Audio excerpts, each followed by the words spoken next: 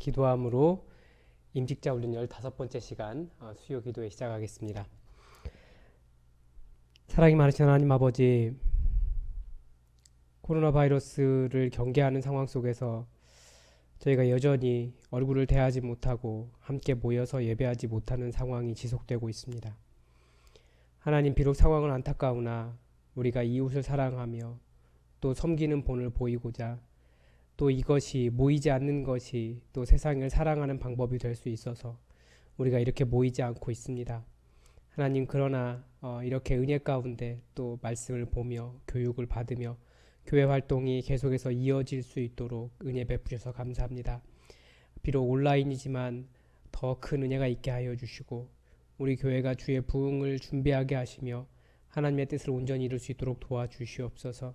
하나님, 집에서 기도할지라도 인터넷을 보면서 말씀을 듣는다 할지라도 더욱더 성령의 충만함에 하나님의 임재를 경험하도록 우리를 도우시고 또 우리가 교회에 오지 못하는 상황 속에서라도 왜 우리가 그리스도인인지 그 이유를 정확하게 발견하며 그렇게 살아갈 수 있도록 그리스도인으로 살아갈 수 있도록 도와주시옵소서. 주님의 은혜를 기대하오며 예수 그리스도의 이름으로 기도드립니다. 아멘.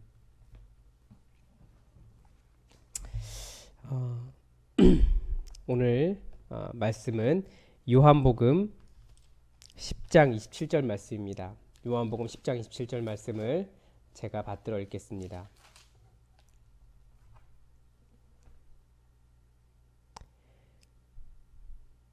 내 양은 내 음성을 들으며 나는 그들을 알며 그들은 나를 따르느니라.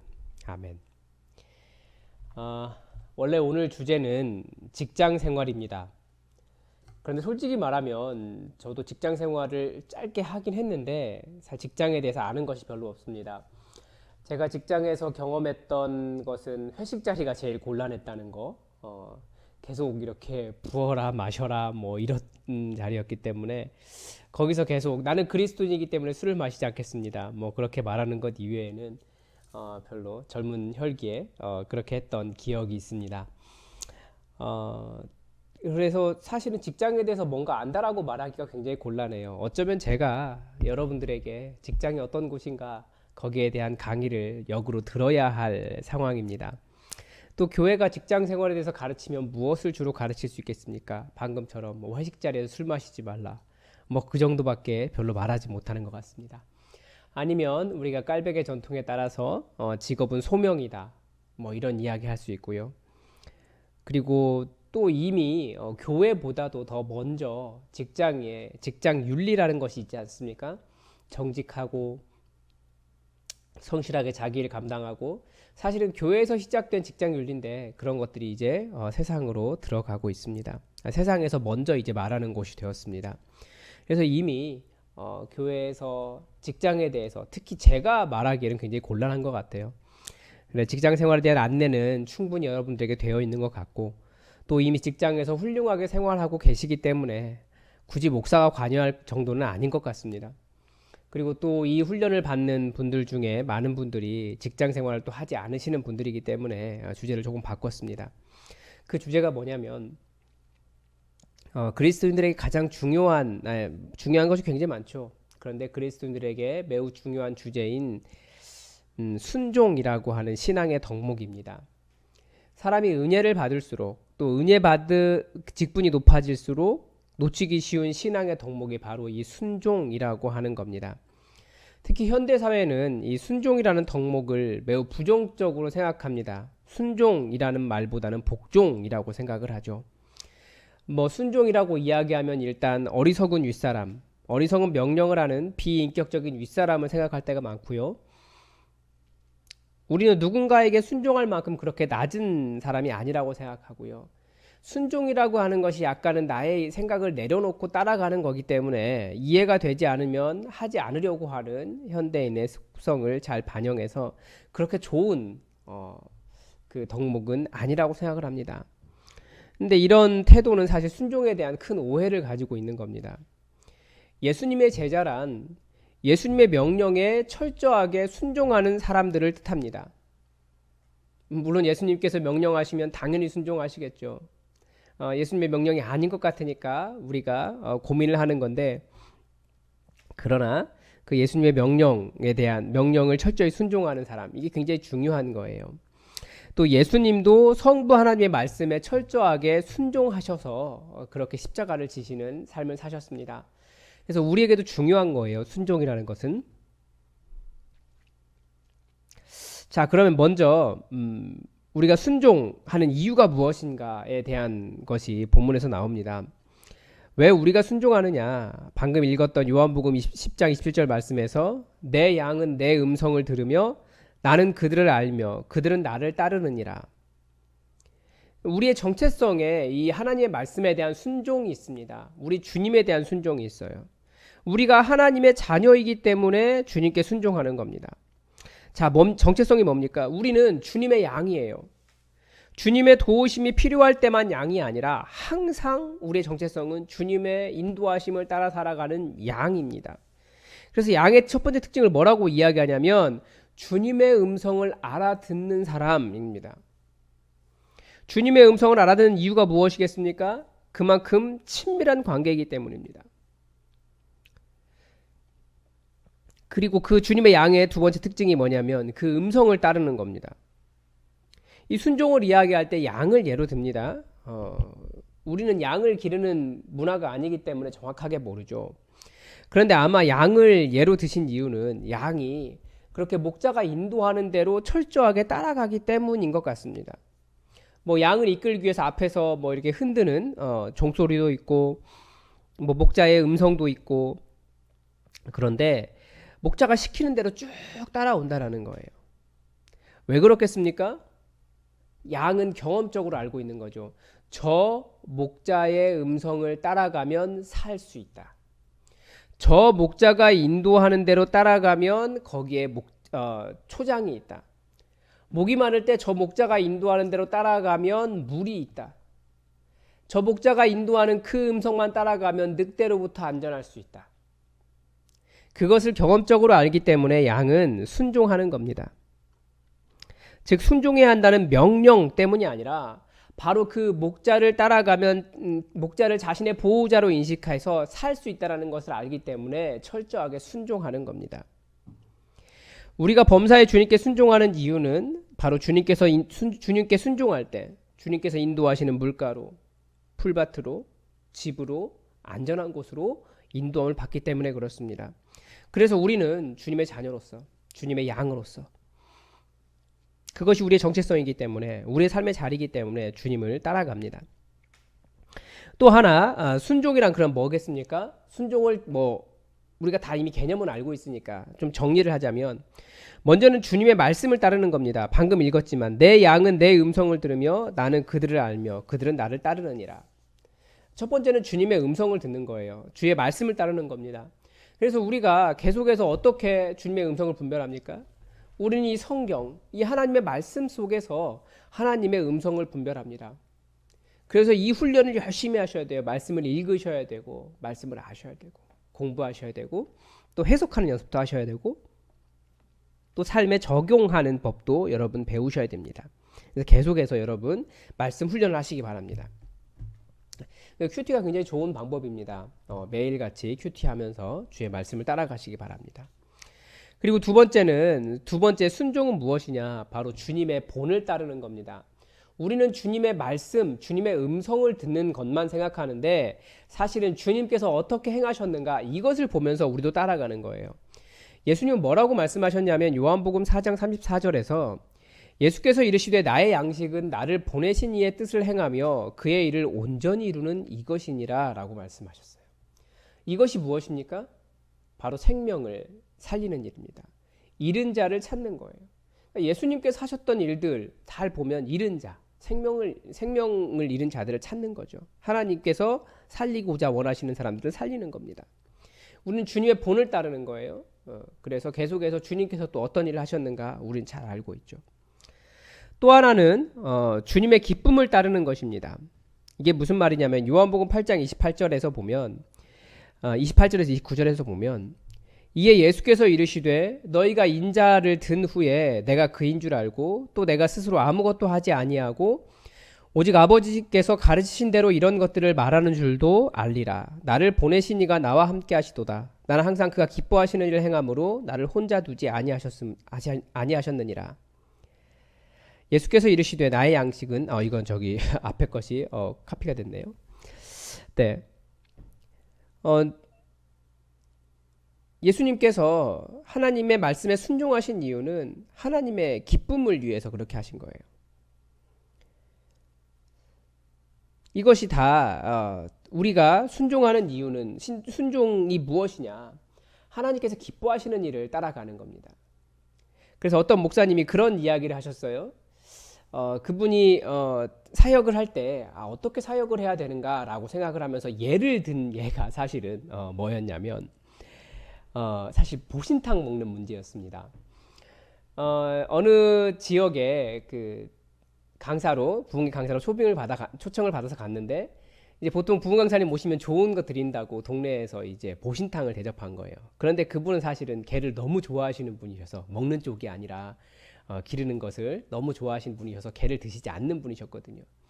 그런데 본인들이 열심히 드시는데 뭐 강사가 그 게를 먹는지 안 먹는지 신경도 쓰지 않고 그러고 있더라는 거예요. 그래서 결국 그 보신탕은 하나도 안 드시고 다른 반찬만 이렇게 드셨다는 거예요. 그런데 자기가 반찬이 보니까 젓가락이 계속 가던 곳만 가더라는 거죠. 왜 그렇겠습니까? 그 반찬을 좋아하는 거죠. 보신탕은 안 좋아하고 다른 사람 다 좋아한다는 보신탕은 안 좋아하고 자기가 좋아하는 반찬이 있으니까 그것만 가지고도 밥을 맛있게 드셨다라는 거예요. 그러면서 내가 하나님의 사역을 하는 것이 무엇일까? 어떻게 해야 될까를 생각할 때 하나님의 젓가락이 가는 곳에 나도 같이 가면 되겠구나 라는 생각을 하셨다는 겁니다. 그래서 우리가 순종한다라고 하는 것은 하나님의 젓가락이 가는 곳과 똑같아요. 이것이 맛있는 음식이니까 하나님께서 좋아하시니까 그래서 그것을 계속해서 행하는 것이 주님의 기쁨을 따르는 겁니다. 그래서 예수님께서 왜 세상에 오셨느냐? 또 왜 하나님은 그 성부 하나님은 우리 예수님과 함께 해주셨느냐? 바로 하나님께서 기뻐하시는 일을 행하셨기 때문에 예수님께서 하나님께서 기뻐하시는 일을 행하시기 위해서 먼저 움직이셨기 때문에 하나님께서 또 기뻐하시며 예수님을 그냥 두지 않으셨다라는 거예요. 그래서 우리가 순종이라는 것은 무엇입니까?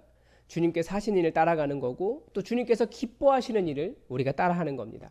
주님께서 무엇을 기뻐하시겠습니까? 당연히 영혼 구원하는 일을 기뻐하시고요. 예배드리는 일을 기뻐하시고요.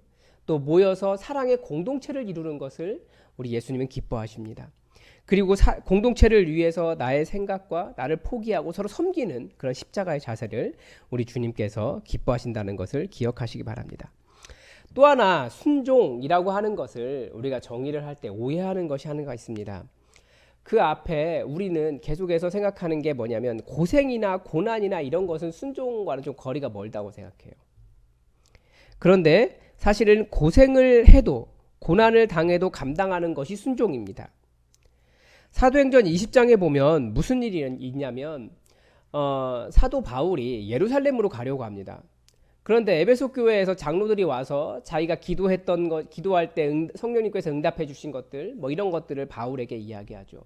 그래서 바울의 띠를 가져다가 허리에 묶고 뭐 손발을 묶고 그래서 이 띠의 주인이 이렇게 끌려갈 것이다라고 성령님께서 보여주셨다. 뭐 이런 이야기들을 합니다. 그래서 제발 가지 말라고 말리는데 그때 사도 바울이 하는 말이 있어요. 사도행전 20장 23절에서 24절입니다. 오직 성령이 각 성에서 내게 증언하여 결박과 환난이 나를 기다린다 하시나 내가 달려갈 길과 주 예수께 받은 사명 곧 하나님의 은혜의 복음을 증언하는 일을 마치려 하면은 나의 생명조차 조금도 귀한 것으로 여기지 아니하노라. 이게 참 애매한 거죠. 성령님은 분명히 가르쳐 주셨어요. 사도 바울이 예루살렘에 가면 고난을 당할 것이라고 그렇게 끌려갈 것이라고 가르쳐 주셨습니다. 그러면 우리는 성령님께 순종한다라고 생각하면 예루살렘으로 가지 않는 것이라고 생각하는데 사도 바울은 그렇게 말하지 않았어요. 자신의 사명, 자기가 순종해야 될 말씀은 그러니까 내가 달려갈 길과 주 예수께 받은 사명 곧 하나님의 은혜의 복음을 증언하는 일을 마치려 하면은 나의 생명조차 조금도 귀한 것으로 여기지 아니하노라. 그러니까 사도 바울이 아무리 고생이 있다 할지라도 성령님께서 앞을 다 가르쳐 주셨어요. 고난과 고생이 있다라는 것, 환난과 핍박이 있고 잡혀갈 것이라는 것. 그래도 하나님의 말씀이 자기에게 주어져 있기 때문에 자기는 가겠다라는 거예요. 그러니까 순종이라는 것은 무엇을 의미합니까? 내가 가려고 하는 편한 길만 이야기하는 것이 아니에요. 심지어 고난과 환난이 있다고 할지라도 알고 있어도 가는 것이 바로 순종입니다. 주님께서 기뻐하시는 일이기 때문에 고난이 있어도 고난을 몰라서 순종하지 않는 것, 고난을 몰라서 순종한 것이 아니라 고난이 있어도 순종하는 것이 순종입니다. 그러면 순종할 수 있는 이유가 무엇일까요? 예수님은 뭐라고 말씀하시고 있습니까? 예수님이 요한복음 14장 15절에서 너희가 나를 사랑하면 나의 계명을 지키리라 라고 말씀하셨습니다. 그러니까 한마디로 우리가 순종하지 못하는 이유는 사랑이 식어서입니다. 예수님께서 하나님께 순종하신 이유가 무엇입니까? 예수님은 끊임없이 아바 아버지라고 부르는 친밀한 사랑의 관계 속에 하나님과 함께 거했습니다. 또 하나님에 대한 신뢰가 있었습니다. 그래서 예수님은 계속해 순종하신 거예요. 그러니까 우리에게도 순종할 수 있느냐라고 질문을 하면 예스인 이유가 무엇입니까? 우리가 하나님을 사랑하기 때문에 그래요. 자, 그러면 순종하면 어떤 은혜가 우리에게 있습니까? 저는 무엇보다도 순종하면 하나님이 찾으시는 사람이 된다라고 확신합니다. 로마서 5장 19절에 뭐라고 되어 있냐면 한 사람이 순종하지 아니함으로 많은 사람이 죄인 된 것 같이. 이게 무슨 말이냐면 여러분 죄가 뭡니까? 우린 죄 생각하면 뭐 살인, 간음, 도둑질, 거짓말 이런 윤리적인 문제를 생각해요. 그러나 성경은 물론 이것도 죄가 맞습니다. 그런데 성경은 더 분명하게 죄는 처음부터 끝까지 불순종이라고 말하고 있어요. 아담과 하와가 살인을 했습니까? 간음진을 했습니까? 도둑질을 했습니까? 거짓말했네요. 그런 윤리적인 죄를 지어서가 아니라 그 아담이 불순종함으로 인해서 그 불순종의 결과가 결국 아담 이후에 모든 인류에게 나타나는 살인과 간음과 교만과 거짓말과 그런 것들입니다. 근데 성경은 죄를 불순종이라고 정의하고 있습니다. 그리고 오늘 말씀 한 사람이 순종하지 아니함으로 아담 이후로 온 인류가 죄 가운데 살게 된 이유가 무엇인가? 우리는 불의를 생각하는데 이 불의가 무엇이냐? 불순종이라는 거예요. 결국 하나님께서 그 아담이 불순종할 걸 아셨잖아요. 죄를 질 것을 아셨어요. 그래도 놔둔 이유가 무엇입니까? 나중에 예수님을 통해서 예수님의 말씀을 따라가는 그런 순종하는 사람을 찾기 위해서 하나님은 방임하신 거예요. 그래서 예수님께서 이런 말씀을 하세요. 포도원 비유가 있죠. 한 사람에게 포도원 주인에게 두 아들이 있었습니다. 그래서 첫째 아들에게 이야기했습니다. 오늘 포도원에 가서 일 좀 해라. 첫째가 뭐라고 얘기했습니까? 네, 가겠습니다 라고 말은 잘했습니다. 그런데 실제로는 가지 않았어요. 그게 불순종이죠. 그런데 둘째는 어떻게 했습니까? 아버지가 똑같이 너도 오늘 포도원에 가서 일 좀 해라 라고 했더니 둘째가 싫습니다 라고 말을 했습니다. 그런데 그렇게 말한 것을 뉘우치고 포도원에 가서 말했습니다. 가서 일했습니다. 예수님께서 그렇게 물어보세요. 누가 아버지의 뜻대로 행한 사람이냐? 당연히 둘째죠. 말은 불순종처럼 했지만 그 행동은 회개하고 뉘우쳐 달라졌다라는 거죠. 그래서 예수님께서 그 말씀의 결론에서 뭐라고 이야기하시냐면 내가 진실로 너희에게 이르노니 세리와 창기들이 너희보다 먼저 하나님 나라에 들어가리라. 주님은 누구를 찾으시는 거예요? 물론 도덕적으로 문제가 있을 수 있습니다. 과거에 그럴 수 있어요. 그러나 회개하고 돌아와 주님께 순종한 사람, 그 사람을 찾으시는 거예요. 그래서 여러분 하나님께 찾으신 사람이 되고 싶으면 말씀에 순종하는 사람이 되십시오. 그리고 두 번째는 미혹을 이길 수 있습니다. 야고보서 1장 22절에 너희는 말씀을 행하는 자가 되고 듣기만 하여 자신을 속이는 자가 되지 말라라는 말씀을 하십니다. 듣기만 하는 것은 순종이 아닙니다. 듣는 것은 누구나 할 수 있습니다. 행하는 자가 되어야 됩니다.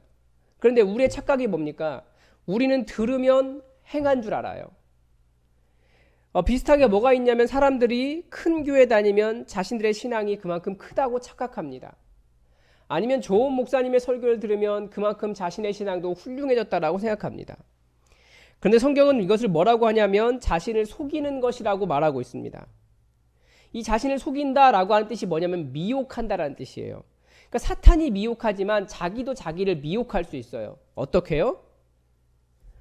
행하지 않고 듣기만 하면서 만족하면, 그리고 내가 들었기 때문에 안다, 행했다라고 착각하면 스스로를 사탄처럼 미혹한 거예요. 순종함이 없는데, 행함이 없는데 들었기 때문에 혹은 알고 있기 때문에 말씀 따라 산다라고 착각하게 해서 미혹한다라는 겁니다. 그래서 미혹을 이기는 방법이 말씀에 순종하는 겁니다. 순종해보면 자기가 얼마나 듣기만 한 사람이었는지 아니면 스스로를 속이고 있었는지를 깨달을 수 있습니다.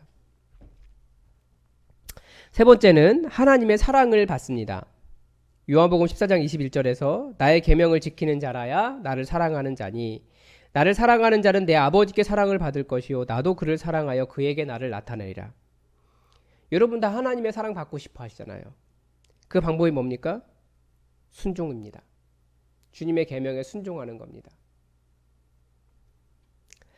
자, 그러면 순종이 왜 중요합니까? 순종은 삶의 위기를 이길 수 있습니다. 마태복음 27장 24절에서 27절의 말씀이 산상수훈의 마지막 말씀입니다. 예수님께서 뭐라고 말씀하셨냐면 누구든지 나의 말을 듣고 행하는 자는, 듣기만 할 뿐만 아니라 듣기만 하고 끝나는 것이 아니라 나의 이 말을 듣고 행하는 자는 그 집을 반석 위에 세운 사람 같다. 그런데 반석 위에 세운 것이 뭐가 문제입니까? 그게 뭐가 좋은 겁니까? 평소에는 다 똑같아요. 반석 위에 세운 집이나 뭐 그냥 모래밭에 세운 집이나. 무슨 차이가 있냐면 비가 내리고 창수가 나고 바람이 불어 그 집에 부딪힐 때 그때가 문제입니다. 나의 이 말을 듣고 행하지 아니하는 자는 그 집을 모래 위에 지은 어리석은 사람 같으니 비가 내리고 창수가 나고 바람이 불어 그 집에 부딪힘에. 두 개 차이가 뭡니까? 반석 위에 세운 집은 무너지지 않아요. 어떤 사람이요? 누구든지 예수님의 말씀을 듣고 행하는 사람. 그 사람은 반석 위에 집을 세운 사람과 같습니다. 나의 이 말을 듣고 행하지 아니하는 사람, 그러니까 순종하지 않은 사람, 그 사람은 집을 모래 위에 지은 어리석은 사람과 같아서 무너지고 그 무너짐이 심할 거라고 말씀하고 있습니다. 비가 내리고 창수가 나고 바람이 분다는 것이 무슨 뜻입니까? 삶에 갑작스러운 위기가 닥칠 수 있어요. 그런데 순종하지 않는 믿음은 결정적인 위기에서 그런 지탱할 만한 힘이 없습니다. 예수님 말씀하셨어요. 나의 말을 듣고 행하는 자는. 그리고 또 하나 믿음을 검증해 볼 수 있습니다. 야고보서 2장 25절에서 영혼 없는 몸이 죽은 것 같이 행함이 없는 믿음은 죽은 것이니라 라고 말합니다. 우리가 다들 교회 잘 다녀요. 잘 몰라요. 누가 신앙이 좋은지. 언제 알 수 있습니까? 그 사람이 얼마나 말씀을 잘 따라서 행함이 있는가. 물론 여기서 행함이 얼마나 이웃을 잘 섬기는가, 자기의 것을 포기할 수 있는가, 뭐 자기의 것을 내어놓는가, 뭐 그런 것들을 이야기하는 겁니다. 그러니까 얼마나 자기의 것을 포기하는가, 형제를 사랑하기 위해서. 그게 바로 믿음을 검증하는 방법입니다. 그리고 또 하나 야고보서 2장 14절에서 형제들아 만일 사람이 믿음이 있노라 하고 행함이 없으면 무슨 유익이 있으리요? 그 믿음이 능히 자기를 구원하겠느냐? 자, 여기서 굉장히 곤란한 것이 있습니다. 우리는 뭐라고 배워왔냐면 믿음으로 구원을 받는다라고 배워왔습니다. 그래서 행함이 큰 의미가 없다라고 생각을 해요. 행함의 중요성을 깎아내리죠. 행함이 없어도 믿기만 하면 구원받는다. 물론 마지막 그 행함을 보일 수 있는 그런 상황이 아닐 경우에 그럴 수 있지만, 그런데 믿음이라고 하는 것은 행함을 반드시 가져옵니다. 그 마음의 변화이기 때문에. 그래서 그 믿음이 진짜냐 아니냐 분별해내는 것은 그 사람의 행함입니다. 그래서 믿음은 삶의 변화가 있어요. 그리고 그 변화가 없으면 그 믿음 가짜입니다. 그래서 야고보는 내 형제들아 많은 사람이 믿음이 있노라 하고 행함이 없으면 그 믿음이 능히 자기를 구원하겠느냐. 그러니까 행함 때문에 구원받는 건 아니에요. 그러나 믿음은 반드시 행함이 나타납니다. 그래서 자기의 구원을 이룰 수 있는 것이, 오해하지 마세요. 이 행함 때문에 구원받는 건 아니지만 그 믿음이 진짜 마음의 변화냐, 그것을 증명하는 것은 행함이라는 거예요. 리차드 포스터가 이런 말을 했습니다. divine yes라고 하는 말을 했습니다. 우리 그 나라에서는 거룩한 긍정이라고 번역을 했는데, 이게 무슨 말이냐면 divine은 하나님과 관련된 거잖아요. 하나님과 관련된 거면 무조건 yes를 하게 된다는 거예요. 언제요? 우리가 경험적으로 계속해서 하나님의 방법이 옳다. 비록 내 생각에는 이것이 옳은 것 같지 않아요. 이 길이 맞지 않은 것 같아요. 그러나 하나님의 방법이 옳다라는 것을 깨닫을 때가 있습니다. 또 하나님의 방법이 선하다, 선하시다. 내가 보기에는 옳지 않은 것 같은데, 선하지 않은 것 같은데 하나님의 방법이 선해요.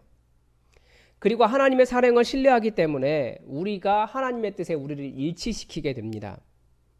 그리고 그때 하나님의 말씀은 복종해야 될, 나의 자존심 다 내려놓고 복종해야 될 그런 명령이 아니라 저절로 따르게 되는 거룩한 긍정, divine yes.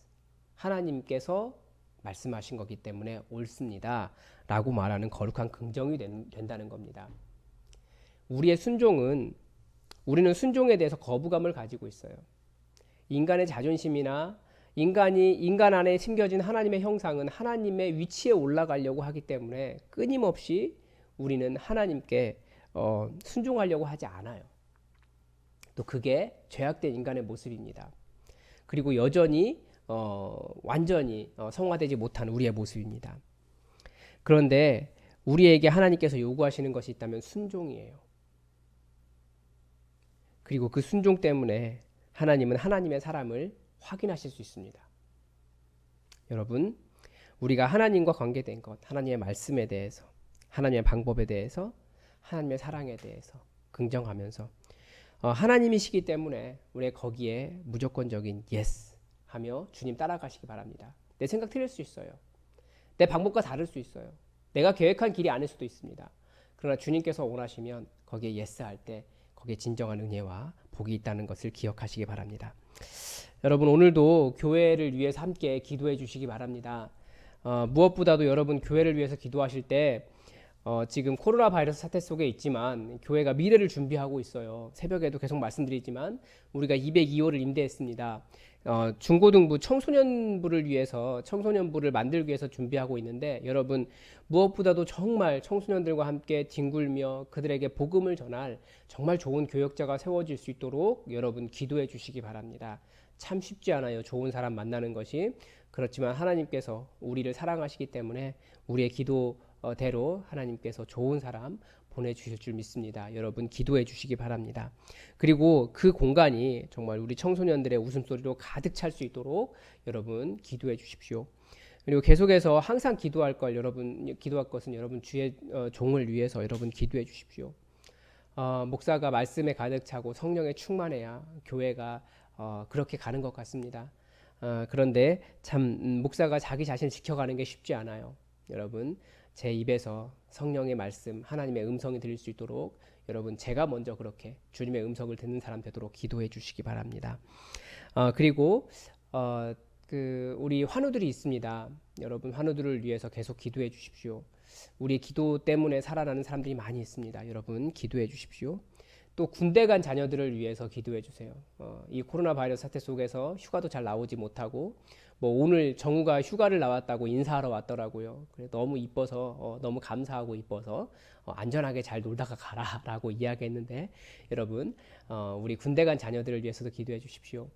또 자녀들을 위해서 할 기도가 굉장히 많습니다. 자녀들 중에 결혼을 준비해야 되는 자녀들이 있어요. 그러니까 결혼할 수 있도록 기도해 주시고, 결혼을 했는데 태 열매를 맺기를 기도하고 있는 자녀들이 있습니다. 그 자녀들을 위해서도 기도해 주십시오. 그리고 또 직장을 잡아야 되는, 삶을 안정되게 직장을 잡아야 되는 자녀들이 있습니다. 여러분 기도해 주십시오. 또 여러 가지 상황 때문에 해외나 공부하러 집을 떠난 자녀들이 있습니다. 안전하게 지켜달라고 여러분 기도해 주십시오. 또 고3들, 지난 주일날 오후에 우리 고3 친구들 4명을 돌아봤습니다. 교회 못 온 지 벌써 6개월이 됐어요. 너무 안타깝고 만나서 한 번이라도 좀 기도해 주고 싶었는데 직접 찾아가서 선물 주고 함께 기도했습니다. 얼마나 힘든지 모르겠어요. 특히 코로나 상황 때문에 집중하지 못하고 그런 상황을 보내고 있는데 여러분 기도해 주십시오. 특별히 지금 수시 원서를 쓰는 기간입니다. 이제 설날 전까지 수시 원서를 쓸 텐데 수시 원서를 접수하고 이제 뭐 수능 준비해가면서 수능 이후에 또 면접 보고 그렇게 한다고 하더라고요. 잘 결정할 수 있도록. 왜냐면 이게 미래를 결정하는 문제거든요. 단순히 모험만 하는 것이 아니라 또 안정적인 것도 골라야 되고 또 여러 고민을 많이 합니다. 자기의 미래를 위해서 잘 선택하고 좋은 결과 있을 수 있도록 우리 자녀들 고3 수험생들을 위해서 여러분 기도해 주시기 바랍니다. 여러분 다 함께 꼭 교회를 위해서 여러분 잊지 마시고 기도해 주시기 바랍니다. 제가 기도하고 축도하고 마치겠습니다. 하나님, 우리 교회가 하나님의 뜻을 따라가기 위해서 말씀을 삶에 써가는 교회라고 이곳에 모였는데 정말 우리가 주님의 말씀을 따라가고 있는지 행함으로 순종함으로 우리의 믿음을 보이고 있는지 우리 자신을 돌아보게 하여 주시옵소서. 무엇보다도 우리를 통해서 예수 그리스도가 드러나게 하여 주시고 우리의 공동체를 통해서 주의 사랑이 넘쳐나게 하여 주시옵소서. 정말 서로가 서로를 깊이 사랑하며 우리가 말 한마디, 눈빛 하나, 행동 하나 조심하며 서로 사랑하지 않으면 말하지 않으며 사랑하지 않으면 사랑하기 때문에 손을 뻗고 사랑하기 때문에 서로를 돌보고 말하며 사랑할 수 있도록 우리 공동체를 이룰 수 있도록 우리에게 진정한 사랑이 있게 하여 주시옵소서. 무엇보다도 예수님께서 서로 사랑하라는 계명을 주셨사오니 우리가 그 계명에 충실한 자들 될 수 있도록 도와주시고 우리가 주님의 말씀에 순종하여 온전히 주의 양인 것을 알 수 있게 도와주시옵소서. 우리가 도움이 필요할 때만 주님의 양으로 주님의 도우심을 요청하는 자들이 아니라 매일같이 주님의 음성을 알아들으며 주님의 마음을 따라가며 주님의 뜻을 이룰 수 있도록 우리의 발걸음을 인도하여 주셔서 주님 말씀 따라갔더니 거기가 쉴만한 물가가 되게 하시고 주님 말씀 따라갔더니 거기가 우리가 먹을 푸른 초장이 되게 하시고 주님의 말씀 따라갔더니 비록 내 방법과 내 생각과는 다르다 할지라도 거기가 안전하게 거하는 하나님의 우리를 지키시는 쉼터가 될 수 있도록 우리를 보호하는 곳이 될 수 있도록 우리를 인도하여 주시옵소서. 우리에게 그러한 주님 이끄시는 대로 어디든지 가는 순종함이 우리에게 있게 하여 주시옵소서. 아버지, 우리 교회에게 여러 가지 기도 제목이 있습니다. 주님, 코로나 사태 속에 있지만 그러나 이것이 끝날 줄 믿으며 이 사태가 끝나서 다시 모였을 때 이 교회가 주님의 뜻을 이룰 것을 기대하며 여러 가지를 준비하고 있사오니 하나님의 뜻대로 뻗어가는 교회 될 수 있도록 우리와 함께하여 주시옵소서. 지금은 진정한 순종의 본을 보이신 우리 주 예수 그리스도의 은혜와 우리를 너무나 사랑하셔서 우리에게 어떻게 살아가야 할지 살 길을 가르쳐 주신 우리 성부 하나님의 그 크신 사랑과 이곳에 오셔서 우리에게 주님의 음성을 알아들으며 주님의 뜻을 따라 살도록 우리를 자극하시고 우리 마음에 깨달음을 주시는 성령 하나님의 교통하심이 주의 말씀에 순종하여 주님의 구원을 온전하게 드러낼 그 믿음의 삶을 살아갈 고개 숙인 주님의 모든 백성들 머리 위에 지금부터 영원히 함께 하시기를 간절히 축원하옵나이다. 아멘.